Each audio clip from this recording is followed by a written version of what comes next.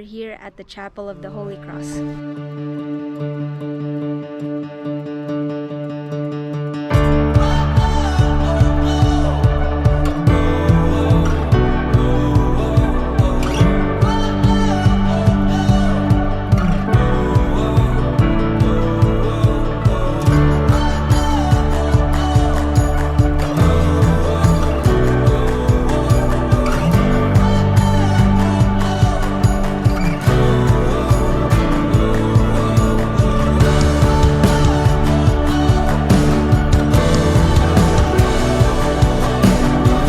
This is a nice area.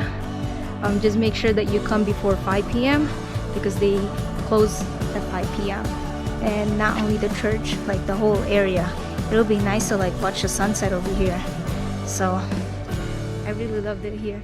I probably spent like maybe an hour and a half in here because it's just beautiful. You can see like all the rock formation. Also, as soon as you come in, right, you'll see a parking lot on the right side. Don't park in there, just keep going. There's like 2 more, so you don't have to hike up. See, if you park all the way down, you have to walk all the way up. This is the first parking lot that I was talking about, and that's the gate. So when you come in, just keep going straight and see if there's more parking.